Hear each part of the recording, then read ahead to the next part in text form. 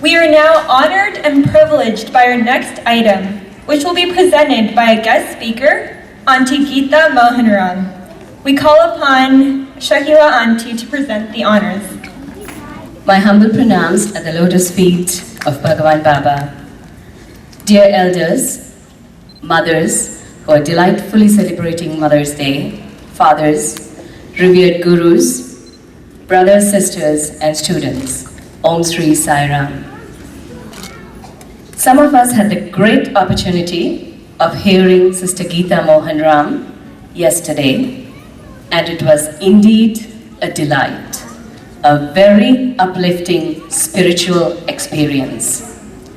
She was born and raised in a family where our beloved Bhagavan was a visitor in her house, in his physical form. Sister Geeta's parents were Dr. Padmanabhan and Kamalamma.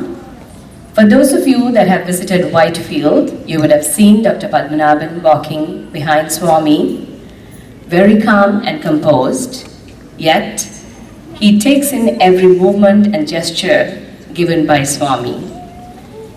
Besides being in his amidst, walking with him and driving him in the 60s and 70s, he also served the Sathya Sai organization in many capacities.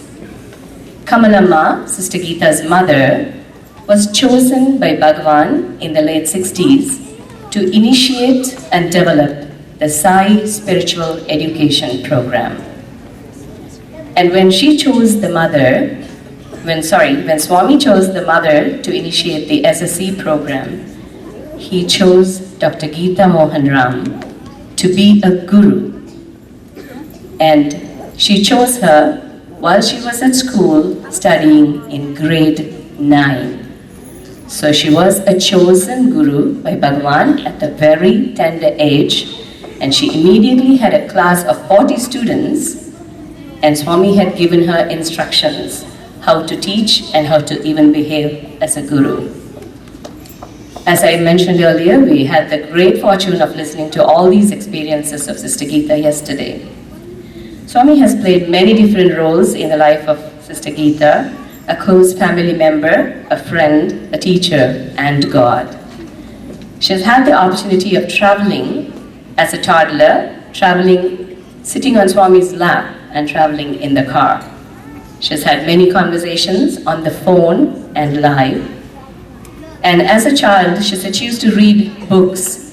And back in India, in those days, she didn't know what bluebells and buttercups meant. She had never seen strawberries and blueberries. And Swami had materialized all that for her to see. Sister Geeta is an award-winning kindergarten teacher with 25 years of experience in early childhood education. She lives with her husband Mohan, who works for NASA satellite operations. She lives in Maryland, USA. With Swami's divine permission and blessings, she started speaking publicly about her experiences with Swami in the year 1996, and ever since has traveled the world speaking about her experiences. It is a great, great honor to have Sister Geeta Mohanram with us today for our Easwaramma Day celebrations. And the graduates of 2015, a very lucky bunch of students to have her with us today. Without further delay, I invite Sister Geeta Mohanram to the stage. I also invite one of our members of the alumni and a guru, Sister Ahalya Ganeshan, to honor Sister Geeta Mohanram. Thank you. Sai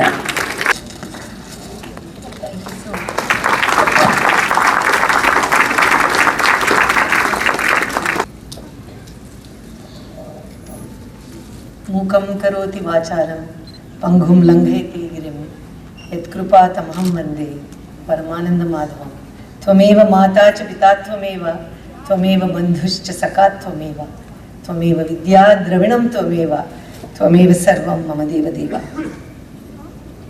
My pranams at the lotus feet of our ever-present beloved Swami, my divine mother and father.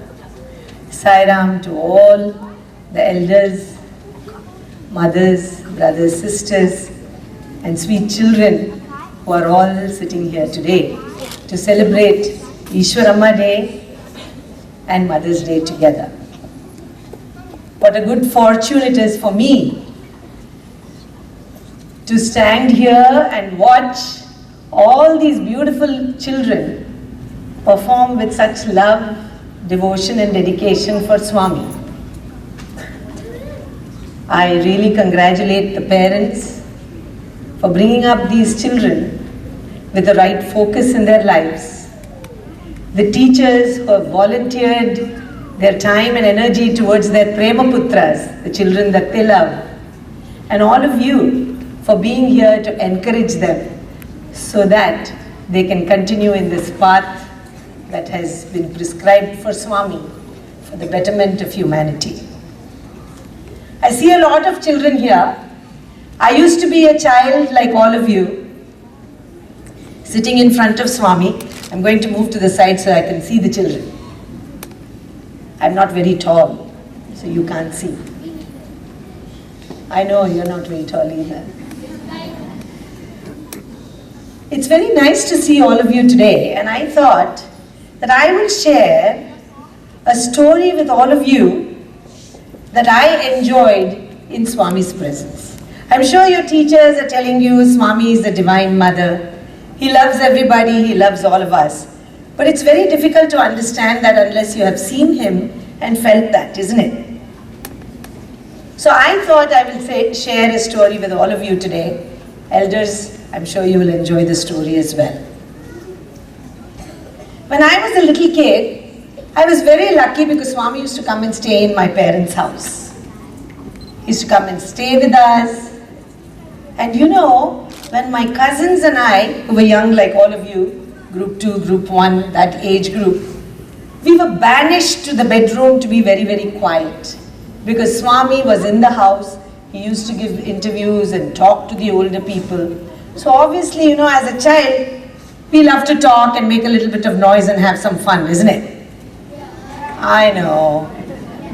But we weren't allowed to do that because Swami was in the house and he was very busy. So my mom and my dad and my aunts and my uncles, just like I'm sure many of your aunts, uncles and teachers say, shh, be quiet.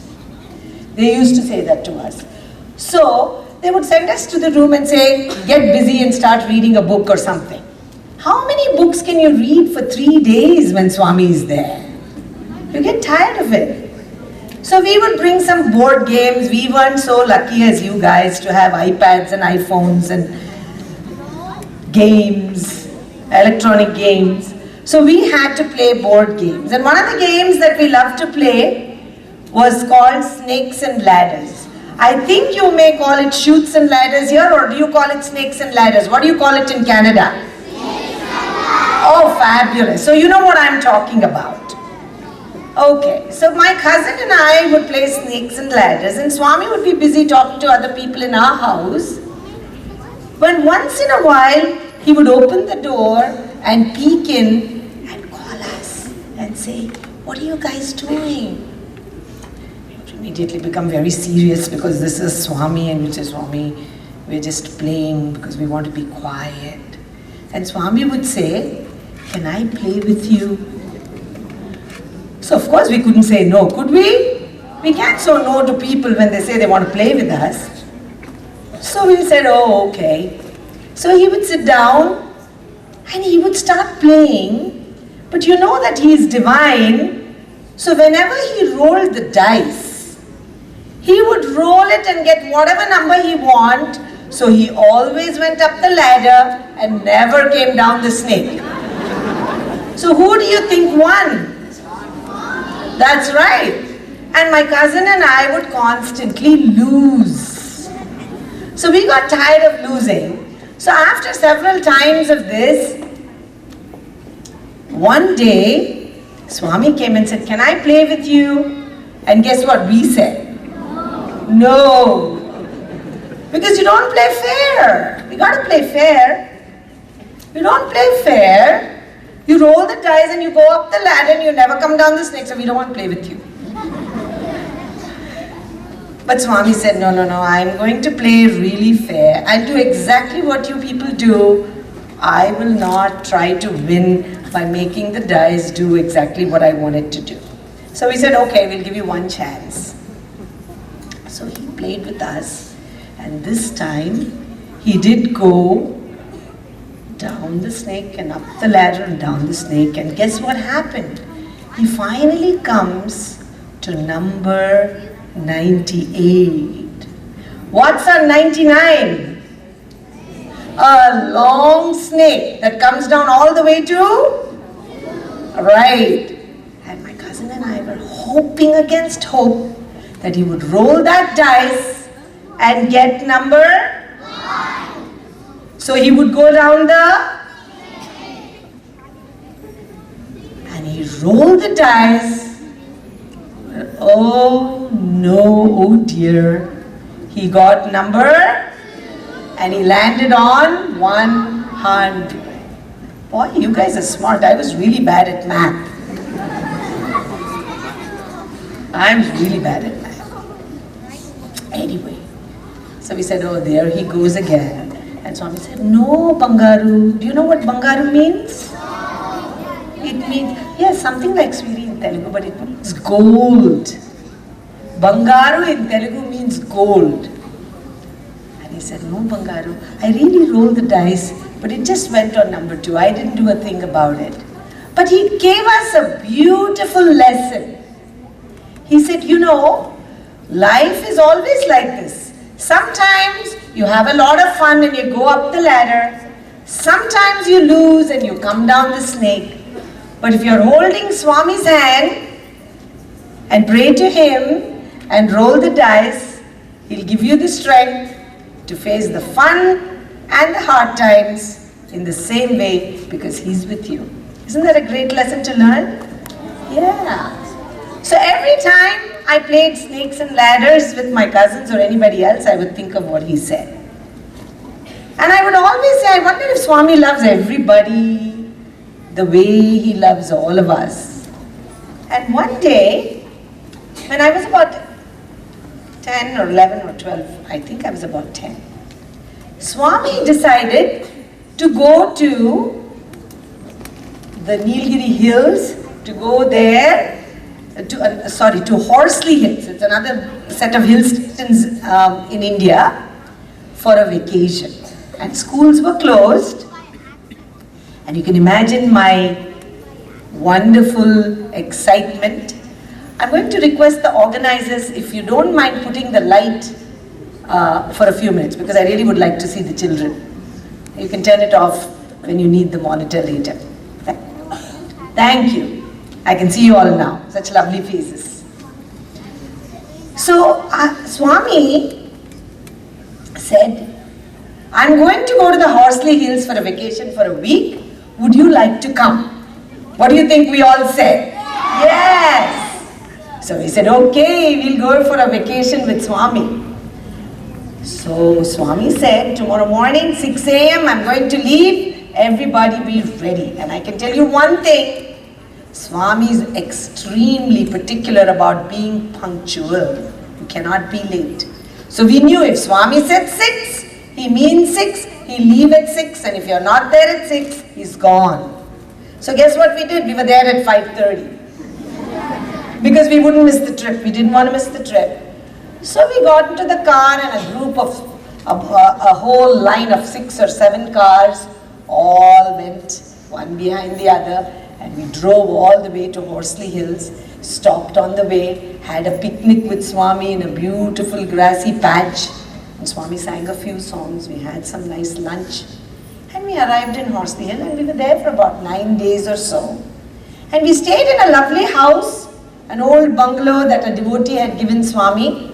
And we stayed there and Swami was in one room and there were a bunch of rooms on the other side of the house.